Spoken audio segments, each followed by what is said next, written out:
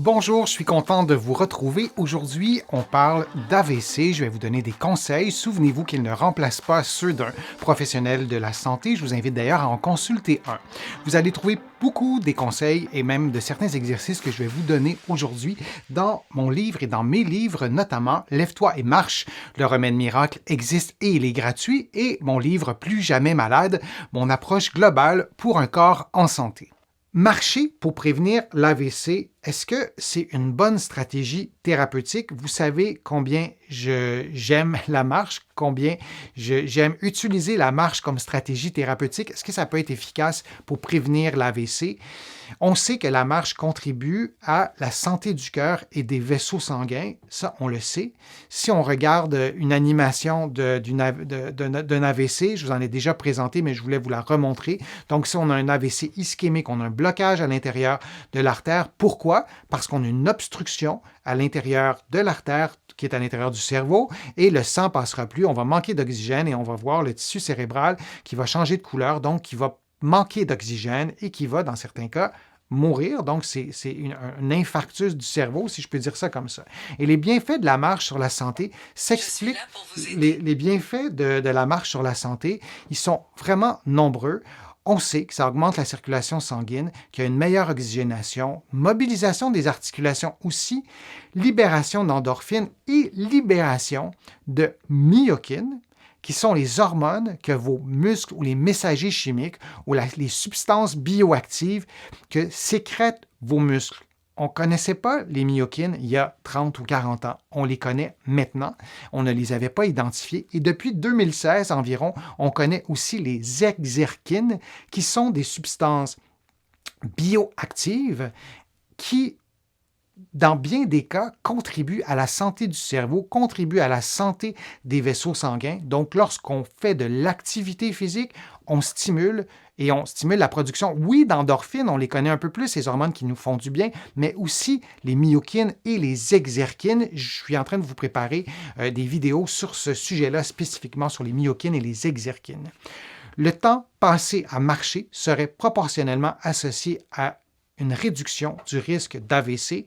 C'est une bonne nouvelle. De marcher réduit le risque d'AVC. C'est quand même pas rien. On n'est pas dans quelque chose qui est inaccessible. La marche, c'est l'activité physique par excellence la plus accessible, peu importe notre âge, notre état de santé, notre condition physique, notre revenu. On a accès à la marche. Vous avez le titre de l'étude si vous voulez approfondir le résultat. Et une autre statistique, une autre donnée plutôt, l'exercice aérobique a un effet positif de rééducation sur la capacité cognitive et là, il manque un mot dans la phrase, mais en fait, le fait de marcher après avoir été victime d'un AVC, ça a un effet sur notre santé et aussi sur notre santé cognitive, sur notre cerveau. Donc, c'est majeur. Lorsqu'on a fait un AVC, c'est intéressant de le dire et de le répéter, de marcher comme activité thérapeutique, ça nous aide à notre santé physique, mais aussi à nos fonctions cognitives. Alors, ce n'est pas un détail. Il y a plusieurs façons d'utiliser la marche et si on a eu un AVC, on doit en parler aux professionnels de la santé qui nous suivent.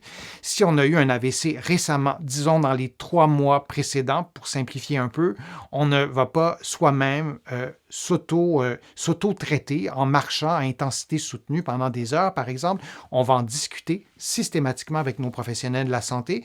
Et dans un contexte de rééducation après un AVC, comme je le disais, on doit suivre les recommandations de ces professionnels de la santé quant à l'intensité de la marche pour des raisons de sécurité. Dans certains cas, on ne va pas faire des activités d'intensité soutenue, par exemple. Dépendamment, par exemple, des médicaments qu'on prend, de notre état de santé, de notre âge et d'autres comorbidités, d'autres problèmes de santé qu'on peut avoir. C'est important de le dire et de le répéter. On en parle à nos professionnels de la santé. Dans un contexte de prévention, il est donc recommandé de marcher à intensité modérée ou soutenue avec les précautions que je vous ai mentionnées. Lorsqu'on marche à intensité soutenue, notre rythme cardiaque augmente, on respire plus vite, on va avoir de la difficulté à parler, et notre corps va dégager de la chaleur. C'est un peu comme ça qu'on reconnaît une intensité soutenue. Les entraînements par intervalle de haute intensité ont des effets majeurs sur la santé et on peut utiliser la marche pour faire des entraînements par intervalle. Donc, si vous n'avez pas eu d'AVC et vous souhaitez prévenir un AVC, vous pouvez marcher. Bon, j'ai plusieurs de mes patients qui aiment marcher à l'extérieur. Mes patients plus jeunes qui vont faire du trekking, qui vont faire de la randonnée en montagne avec des sacs à dos, c'est très exigeant physiquement. J'ai des patients qui sont à mobilité réduite, qui vont marcher à leur rythme, parfois à l'intérieur, parfois à l'extérieur, mais ces deux extrêmes, si je puis dire, peuvent pratiquer des activités par intervalle. Il s'agit de marcher pendant 1 minute ou 2 ou 3 à intensité modérée, disons, et de marcher à intensité soutenue pendant 30 secondes ou 1 minute. Alors, si on est très en forme, si on a un bon cardio, comme on dit, on marchera très rapidement, on pourra même courir, on aura peut-être un sac à dos sur les épaules, on aura peut-être un poids, on sera peut-être sur une pente, donc ce sera plus exigeant. Et si on a une santé plus précaire, si je peux dire, on va marcher plus vite, beaucoup moins rapidement qu'une personne qui est plus en forme, mais notre cœur va s'activer, on va respirer plus vite, on aura chaud, et cet intervalle, cet entraînement par intervalle aura des bienfaits sur notre santé cardiovasculaire, incluant la santé des vaisseaux qui sont à l'intérieur du cerveau. Et dans certains contextes, des intervalles d'intensité modérée ont aussi des effets significatifs et parfois des effets qui sont comparables. Par exemple, si je suis en situation d'obésité, on sait que des intervalles d'intensité modérée alternés avec une intensité faible apportent des effets sur la santé qui sont importants, qui sont significatifs, qui sont parfois comparables aux effets des intervalles de haute intensité. Je vous donne 5 conseils en rafale. Comment on fait pour intégrer la marche pour prévenir les AVC? Si on est super actif, on fait plein de sport, c'est dans nos habitudes, on le fait en groupe, on aime ça, on n'a peut-être pas besoin de tant de conseils que ça. Si on regarde dans la population, il y a beaucoup de personnes qui n'arrivent pas, pour plein de raisons, à faire une activité physique régulièrement, incluant la marche. Alors, je vous donne quelques conseils en rafale, se motiver. Ce qui motive le plus, c'est le plaisir, tirer du plaisir dans une activité qu'on fait. Si on n'aime pas marcher, on peut peut-être écouter de la musique, on peut peut-être le faire avec d'autres personnes. Il y a différentes stratégies de motivation, vous allez en trouver sur ma chaîne, pour vous motiver à marcher plus régulièrement. Organiser son temps. Parfois, on n'a pas un manque de motivation, on n'a pas le temps. Alors, il faut prioriser, il faut peut-être se faire des objectifs, il faut peut-être se faire un horaire. Là aussi, vous allez trouver sur ma chaîne des conseils très concrets pour organiser son temps. Je vous donne les 3 autres en rafale. Se souvenir que plusieurs personnes le font déjà. Ça peut sembler simpliste, mais on ne le dit pas assez qu'il y a vraiment plusieurs personnes qui veulent prendre soin de leur santé. J'ai certaines de mes vidéos sur ma chaîne sur la marche qui ont été vues par des millions de personnes. Ça intéresse plein de monde. Il y a plein de personnes qui le font. Et quand on se sent moins seul, on sent peut-être aussi un effet d'entraînement. Puis on se dit, oui, il y a plein de gens qui reconnaissent les bienfaits de la marche. Ça me motive, moi, à marcher plus souvent et ça va peut-être m'aider à adopter cette habitude de vie-là de façon durable. Se rappeler aussi des bienfaits de la marche sur la santé mentale. Marcher, ça fait du bien à vos vaisseaux sanguins, surtout lorsque vous marchez à intensité modérée ou soutenue. Ça fait du bien à votre cerveau, mais aussi à votre santé mentale. Les risques de dépression, par exemple, sont diminués chez les personnes qui pratiquent une activité physique d'intensité modérée ou soutenue régulièrement. Et la marche, c'est vraiment une belle occasion de le faire. Et dernier point, choisir l'exercice médicament. Je ne sais pas si c'est un concept. Si vous avez déjà entendu parler du concept d'exercice médicament, c'est vraiment de voir l'exercice, par exemple la marche de 30 minutes à intensité modérée et peut-être un 5 minutes de ce 30 minutes-là à intensité soutenue, ça a un effet sur la physiologie, sur les réactions biochimiques dans notre corps. Ça libère, je vous le disais, des endorphines, ça libère des myokines, ces substances bioactives. Le café, c'est la substance bioactive la plus répandue dans le monde. Lorsqu'on prend du café, la caféine, c'est une substance bioactive extérieure à notre corps.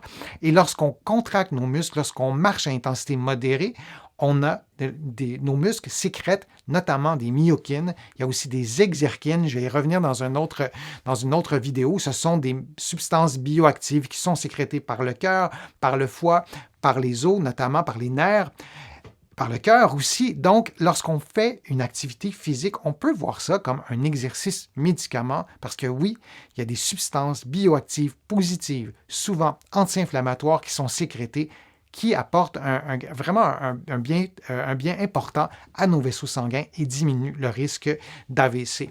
Alors, c'était des conseils que je voulais vous donner en rafale. Il y en a vraiment plusieurs. Mais oui, de marcher pour prévenir l'AVC, ça fonctionne, c'est accessible. Parlons-en. Organisons des campagnes de prévention à l'échelle nationale dans nos différents pays.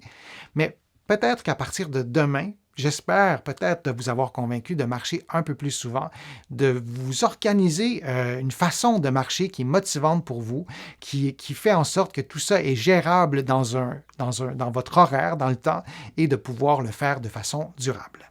Je vous remercie de votre présence, je vous remercie de vos interactions. C'est toujours un immense plaisir de partager avec vous ces contenus. Je vous invite aussi à contribuer à mes plateformes si vous le souhaitez. Vous allez sur mon site web, le www.denisfortier.ca. Vous cliquez sur « Contribuer ». Vous pouvez faire, oui, des contributions financières, mais il y a d'autres façons aussi de contribuer à mes plateformes et ça m'aide à vous produire de nouveaux contenus. Je vous en produis de plus en plus. Et encore une fois, merci pour tous les commentaires que vous me donnez. Vous allez aussi pouvoir trouver sur mon site web un abonnement gratuit à mon infolettre. Vous allez recevoir mon infolettre une fois par semaine. Il y a aussi des courriels thématiques sur des sujets précis, les douleurs au dos par exemple, les douleurs au cou. Alors vous pouvez là aussi vous abonner et vous allez trouver plusieurs informations dans mes livres que vous allez trouver partout au Canada en librairie, mais aussi de l'autre côté de l'Atlantique. Il y a des conseils, oui, sur l'AVC, mais aussi sur la santé en général, sur la marche, sur les douleurs au dos, sur l'avancée en âge, sur des façons de prévenir les effets du vieillissement. Vous allez trouver beaucoup d'informations dans mes livres et sur mon site web. Je vous remercie beaucoup de votre présence. Je vous dis à une prochaine fois, un prochain direct, une prochaine vidéo et à bientôt.